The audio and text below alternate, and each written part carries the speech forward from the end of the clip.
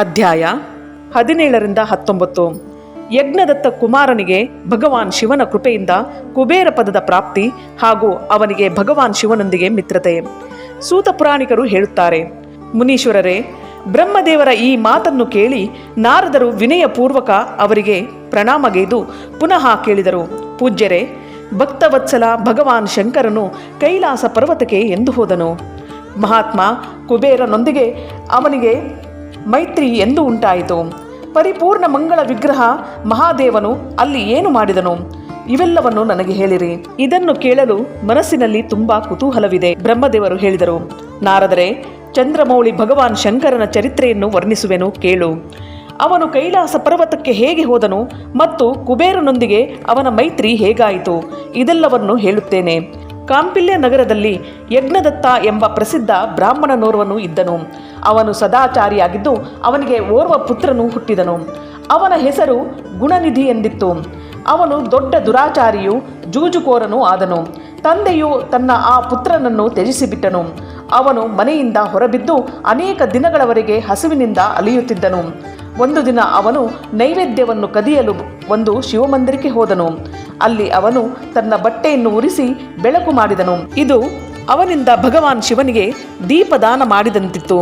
ಅನಂತರ ಅವನು ಕಳ್ಳತನದಲ್ಲಿ ಸಿಕ್ಕಿಬಿದ್ದನು ಹಾಗೂ ಅವನಿಗೆ ಮರಣದಂಡನೆ ವಿಧಿಸಿದರು. ಅವನ ಕೆಟ್ಟ ಕರ್ಮಗಳಿಂದಾಗಿ ಅವನನ್ನು ಯಮದೂತರು ಬಂಧಿಸಿದರು. ಇಷ್ಟರಲ್ಲೇ ಭಗವಾನ್ ಶಂಕರನ ಪಾರ್ಷದರು ಅಲ್ಲಿಗೆ ತಲುಪಿದರು ಹಾಗೂ ಅವನನ್ನು ಯಮದೂತರ ಬಂಧನದಿಂದ ಬಿಡಿಸಿದರು. ಶಿವಗಣಗಳ ಸಂಘದಿಂದ ಅವನ ಹೃದಯ ಶುದ್ಧವಾಯಿತು. ಆದ್ದರಿಂದ ಅವನು ಅವರೊಂದಿಗೆ ಆಗಲೇ ಶಿವಲೋಕಕ್ಕೆ ಹೊರಟು ಹೋದನು. ಅಲ್ಲಿ ಎಲ್ಲ ದಿವ್ಯ ಭೋಗಗಳನ್ನು ಅನುಭವಿಸಿ ಉಮಾ ಮಹೇಶ್ವರರನ್ನು ಸೇವಿಸಿ ಕಾಲಾಂತರದಲ್ಲಿ ಅವನು ಕಳಿಂಗರಾಜನಾದ ಅರಿಂದಮನ ಪುತ್ರನಾದನು. ಅಲ್ಲಿ ಅವನಿಗೆ ದಮ ಎಂಬ ಹೆಸರಿತ್ತು. ಅವನು ನಿರಂತರವಾಗಿ ಭಗವಾನ್ ಶಿವನ ಸೇವೆಯಲ್ಲೇ ತೊಡಗಿರುತ್ತಿದ್ದನು. ಬಾಲಕನಾಗಿದ್ದರೂ ಅವನು ಇತರ ಬಾಲಕರೊಂದಿಗೆ ಶಿವನ ಭಜನೆಯನ್ನು ಮಾಡುತ್ತಿದ್ದನು. ಅವನು ಕ್ರಮವಾಗಿ ಯುವಕನಾಗಿ ತಂದೆಯ ಪರಲೋಕ ಗಮನದ ಬಳಿಕ ರಾಜ ಸಿಂಹಾಸನದಲ್ಲಿ ಕುಳಿತನು. ದಮರಾಜನು ಬಹಳ ಸಂತೋಷವಾಗಿ ಎಲ್ಲೆಡೆ ಶಿವಧರ್ಮವನ್ನು ಪ್ರಚಾರ ಮಾಡತೊಡಗಿದನು. ದಮರಾಜನನ್ನು ದಮನಗೊಳಿಸುವುದು ಇತರರಿಗೆ ಸರ್ವತಾ ಕಠಿಣವಾಗಿತ್ತು. ಬ್ರಾಹ್ಮಣೋತ್ತಮ, ಎಲ್ಲ ಶಿವಾಲಯಗಳಲ್ಲಿಯೂ ದೀಪದಾನ ಮಾಡುವುದರ ಹೊರತಾಗಿ ಅವನು ಬೇರೆ ಯಾವ ಧರ್ಮವನ್ನು ತಿಳಿಯುತ್ತಿರಲಿಲ್ಲ. ಅವನು ತನ್ನ ರಾಜ್ಯದ ಎಲ್ಲ ಗ್ರಾಮಾಧ್ಯಕ್ಷರನ್ನು ಕರೆಸಿ ಶಿವಮಂದಿರದಲ್ಲಿ ದೀಪದಾನ ಮಾಡುವುದು ಎಲ್ಲರಿಗೂ ಅನಿವಾರ್ಯವಾಗಿದೆ. ಯಾವ ಯಾವ ಗ್ರಾಮಾಧ್ಯಕ್ಷನ ಊರಿನ ಹತ್ತಿರ ಎಷ್ಟು ಶಿವಾಲಯಗಳಿವೆಯೋ ಅಲ್ಲಲ್ಲಿ ಯಾವುದೇ ವಿಚಾರ ಮಾಡದೆ ಸದಾಕಾಲ ದೀಪ ಉರಿಯುತ್ತಿರಬೇಕು ಎಂದು ಆಜ್ಞೆ ಮಾಡಿದನು. ಜೀವನವಿಡೀ ಇದೇ ಧರ್ಮವನ್ನು ಪಾಲಿಸಿದ ಕಾರಣ ದಮರಾಜನು ಬಹಳ ದೊಡ್ಡ ಧರ್ಮ ಸಂಪತ್ತನ್ನು ಗಳಿಸಿಕೊಂಡನು. ಮತ್ತೆ ಅವನು ಕಾಲವಶನಾದನು. ದೀಪದಾನದ ವಾಸನೆಯಿಂದ ಕೂಡಿದ ಕಾರಣ ಅವನು ಶಿವಾಲಯಗಳಲ್ಲಿ ಅನೇಕ ದೀಪಗಳನ್ನು ಹಚ್ಚಿಸಿದನು. ಅದರ ಫಲಕಾನುಸಾರ ಜನ್ಮಾಂತರದಲ್ಲಿ ಅವನು ರತ್ನಮಯ ದೀಪಗಳ ಪ್ರಭೆಯ ಆಶ್ರಯದಲ್ಲಿ ಅಲಕಾಪುರಿಯ ಒಡೆಯನಾದನು. ಹೀಗೆ ಭಗವಾನ್ ಶಿವನಿಗಾಗಿ ಮಾಡಿದ ಸ್ವಲ್ಪವೇ ಪೂಜೆ ಅಥವಾ ಆರಾಧನೆಯು ಕಾಲಾಂತರದಲ್ಲಿ ಮಹಾಫಲವನ್ನು ಕೊಡುವುದು. ಹೀಗೆ ತಿಳಿದು ಉತ್ತಮ ಸುಖವನ್ನು ಬಯಸುವವರು ಶಿವನ ಭಜನೆಯನ್ನು ಅವಶ್ಯವಾಗಿ ಮಾಡಬೇಕು. ಆ ದೀಕ್ಷಿತನ ಪುತ್ರನು ಸದಾಕಾಲ ಎಲ್ಲ ರೀತಿಯ ಅಧರ್ಮಗಳಲ್ಲೇ ನಿರತನಾಗಿದ್ದನು. ದೈವ ಯೋಗದಿಂದ ಶಿವಾಲಯದಲ್ಲಿ ಧನವನ್ನು ಕದಿಯಲಿಕ್ಕಾಗಿ ಹೋದನು ಮತ್ತು ಅವನು ಸ್ವಾರ್ಥವಶನಾಗಿ ತನ್ನ ಬಟ್ಟೆಯನ್ನೇ ದೀಪದ ಬತ್ತಿಯಾಗಿಸಿ ಅದರ ಪ್ರಕಾಶದಿಂದ ಶಿವಲಿಂಗದ ಮೇಲೆ ಕತ್ತಲೆಯನ್ನು ದೂರಗೊಳಿಸಿದನು. ಇಂತಹ ಸತ್ಕರ್ಮದ ಫಲಸ್ವರೂಪವಾಗಿ ಅವನು ಕಳಿಂಗ ದೇಶದ ರಾಜನಾದನು ಮತ್ತು ಧರ್ಮದಲ್ಲಿ ಅವನಿಗೆ ಅನುರಾಗ ಉಂಟಾಯಿತು.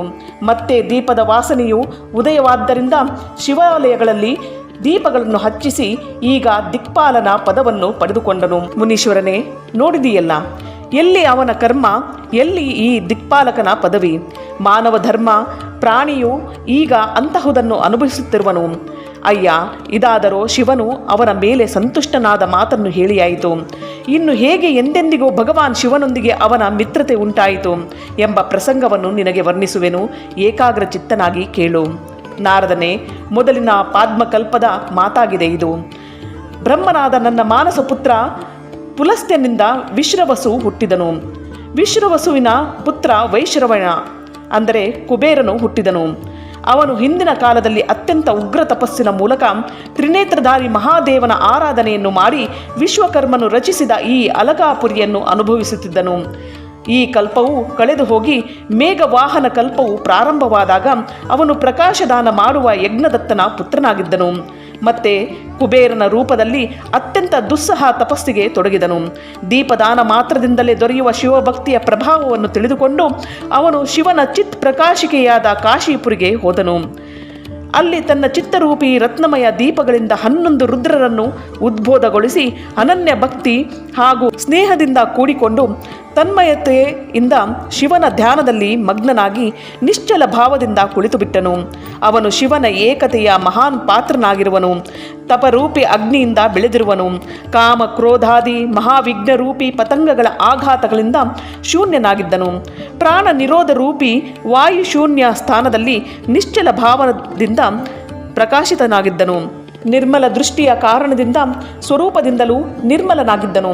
ಸದ್ಭಾವ ರೂಪಿ ಪುಷ್ಪಗಳಿಂದ ಪೂಜಿಸುವ ಶಿವಲಿಂಗವನ್ನು ಪ್ರತಿಷ್ಠಾಪಿಸಿ ಅವನ ಶರೀರದಲ್ಲಿ ಕೇವಲ ಅಸ್ಥಿ ಮತ್ತು ಚರ್ಮ ಮಾತ್ರವೇ ಉಳಿಯುವವರೆಗೆ ತಪಸ್ಸಿಗೆ ತೊಡಗಿದನು. ಈ ಪ್ರಕಾರ ಅವನು 10,000 ವರ್ಷಗಳವರೆಗೆ ತಪಸ್ಸನ್ನು ಮಾಡಿದನು.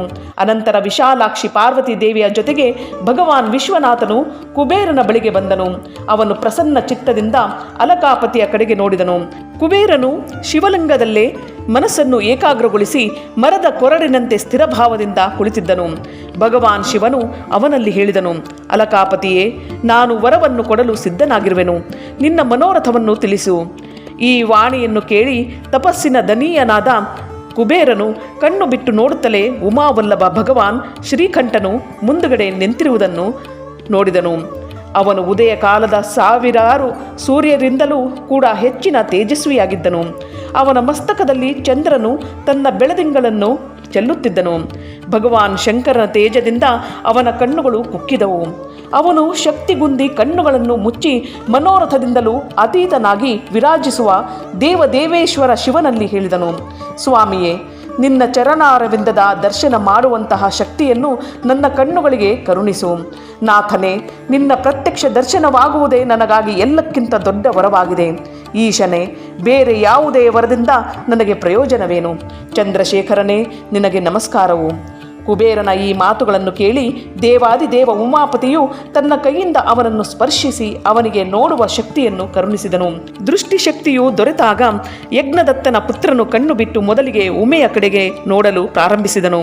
ಭಗವಾನ್ ಶಂಕರನ ಸಮೀಪದಲ್ಲಿ ಈ ಸರ್ವಾಂಗ ಸುಂದರಿಯಾರು? ನನಗಿಂತಲೂ ಹೆಚ್ಚಿನ ಯಾವ ತಪಸ್ಸನ್ನು ಈಕೆಯು ಮಾಡಿರುವಳು? ಈ ರೂಪ, ಈ ಪ್ರೇಮ, ಈ ಸೌಭಾಗ್ಯ, ಈ ಅಸೀಮ ಶೋಭೆ ಎಲ್ಲವೂ ಅದ್ಭುತವಾಗಿದೆಯಲ್ಲ ಎಂದು ಅವನು ಮನಸ್ಸಿನಲ್ಲಿ ಯೋಚಿಸತೊಡಗಿದನು. ಆ ಬ್ರಾಹ್ಮಣ ಕುಮಾರನು ಪದೇ ಪದೇ ಇದನ್ನೇ ಹೇಳತೊಡಗಿದನು.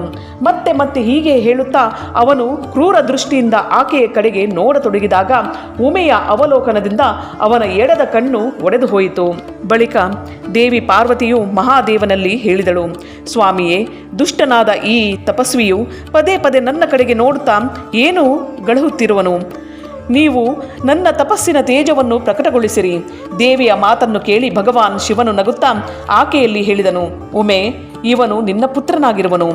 ಇವನು ನಿನ್ನನ್ನು ಕ್ರೂರ ದೃಷ್ಟಿಯಿಂದ ನೋಡುತ್ತಿಲ್ಲ, ನಿನ್ನ ತಪಸ್ಸಿನ ಸಂಪತ್ತನ್ನು ವರ್ಣಿಸುತ್ತಿರುವನು ಎಂದು ದೇವಿಯಲ್ಲಿ ಹೇಳಿ ಭಗವಾನ್ ಶಿವನು ಪುನಃ ಆ ಬ್ರಾಹ್ಮಣ ಕುಮಾರನಲ್ಲಿ ಹೇಳಿದನು, ಮಗು, ನಾನು ನಿನ್ನ ತಪಸ್ಸಿನಿಂದ ಸಂತುಷ್ಟನಾಗಿ ನಿನಗೆ ವರವನ್ನು ಕೊಡುವೆನು. ನೀನು ನಿಧಿಗಳ ಒಡೆಯ ಮತ್ತು ಗುಹ್ಯಕರಿಗೆ ರಾಜನಾಗು. ಸೂರತನೆ, ಯಕ್ಷರು, ಕಿನ್ನರರು ಹಾಗೂ ಎಲ್ಲ ರಾಜರಿಗೂ ರಾಜನಾಗಿ ಪುಣ್ಯಜನರ ಪಾಲಕ ಮತ್ತು ಎಲ್ಲರಿಗೆ ಧನದಾತೃ ನಾಗು. ನನ್ನೊಂದಿಗೆ ನಿನಗೆ ಸದಾಕಾಲ ಮೈತ್ರಿಯೂ ಇರುವುದು ಹಾಗೂ ನಾನು ನಿತ್ಯವೂ ನಿನ್ನ ಬಳಿಯಲ್ಲೇ ವಾಸಿಸುವೆನು. ಮಿತ್ರನೇ, ನಿನ್ನ ಪ್ರೀತಿಯು ಹೆಚ್ಚಲಿಕ್ಕಾಗಿ ನಾನು ಅಲಕಾವತಿಯ ಸಮೀಪವೇ ಇರುವೆನು. ಬಾ, ಈ ಉಮಾದೇವಿಯ ಚರಣಗಳಲ್ಲಿ ಸಾಷ್ಟಾಂಗ ನಮಸ್ಕಾರ ಮಾಡು, ಏಕೆಂದರೆ ಇವಳು ನಿನ್ನ ತಾಯಿಯಾಗಿರುವಳು. ಮಹಾಭಕ್ತ ಯಜ್ಞದತ್ತ ಕುಮಾರ, ನೀನು ಅತ್ಯಂತ ಪ್ರಸನ್ನ ಚಿತ್ತದಿಂದ ಈಕೆಯ ಚರಣಗಳಲ್ಲಿ ವಂದಿಸು. ಬ್ರಹ್ಮದೇವರು ಹೇಳುತ್ತಾರೆ, ನಾರದನೇ, ಹೀಗೆ ವರವನ್ನು ಕೊಟ್ಟು ಭಗವಾನ್ ಶಿವನು ಪಾರ್ವತಿಯಲ್ಲಿ ಪುನಃ ಹೇಳಿದನು, ದೇವೇಶ್ವರಿ, ಇವನ ಮೇಲೆ ಕೃಪೆ ಮಾಡು. ತಪಸ್ವಿನಿಯೇ, ಇವನು ನಿನ್ನ ಪುತ್ರನಾಗಿರುವನು. ಭಗವಾನ್ ಶಂಕರನ ಈ ಮಾತನ್ನು ಕೇಳಿ ಜಗದಂಬೆ ಪಾರ್ವತಿಯು ಸಂತೋಷಗೊಂಡು ಯಜ್ಞದತ್ತ ಕುಮಾರನಲ್ಲಿ ಹೇಳಿದಳು, ಮಗು, ಭಗವಾನ್ ಶಿವನಲ್ಲಿ ನಿನಗೆ ಸದಾಕಾಲ ನಿರ್ಮಲ ಭಕ್ತಿಯೂ ಇರಲಿ. ನಿನ್ನ ಎಡಕಣ್ಣಾದರೂ ಒಡೆದು ಹೋಗಿದೆ, ಅದಕ್ಕಾಗಿ ಒಂದೇ ಪಿಂಗಳ ನೇತ್ರದಿಂದ ಕೂಡಿಕೊಂಡಿರು. ಮಹಾದೇವನು ಕೊಟ್ಟ ವರದಂತೆ ನಿನಗೆ ಎಲ್ಲವೂ ಸುಲಭವಾಗಲಿ. ವತ್ಸ, ನನ್ನ ರೂಪದ ಕುರಿತು ಈರ್ಷೆ ತಳೆದ ಕಾರಣದಿಂದ ನೀನು ಕುಬೇರನೆಂದು ಪ್ರಸಿದ್ಧನಾಗುವೆ. ಹೀಗೆ ಕುಬೇರನಿಗೆ ವರವನ್ನು ಕೊಟ್ಟು ಭಗವಾನ್ ಮಹೇಶ್ವರನು ಪಾರ್ವತೀ ದೇವಿಯೊಂದಿಗೆ ತನ್ನ ವಿಶ್ವೇಶ್ವರ ಧಾಮಕ್ಕೆ ಹೊರಟು ಹೋದನು. ಈ ಪ್ರಕಾರ ಕುಬೇರನು ಭಗವಾನ್ ಶಂಕರನ ಮಿತ್ರತೆಯನ್ನು ಪ್ರಾಪ್ತಿ ಮಾಡಿಕೊಂಡನು. ಅಲಕಾಪುರಿಯ ಸಮೀಪದಲ್ಲಿ ಇರುವ ಕೈಲಾಸ ಪರ್ವತವು ಭಗವಾನ್ ಶಿವನ ವಾಸಸ್ಥಾನವಾಯಿತು. ಇಲ್ಲಿಗೆ ಅಧ್ಯಾಯ 17 ರಿಂದ 19 ಸಂಪೂರ್ಣವಾಯಿತು.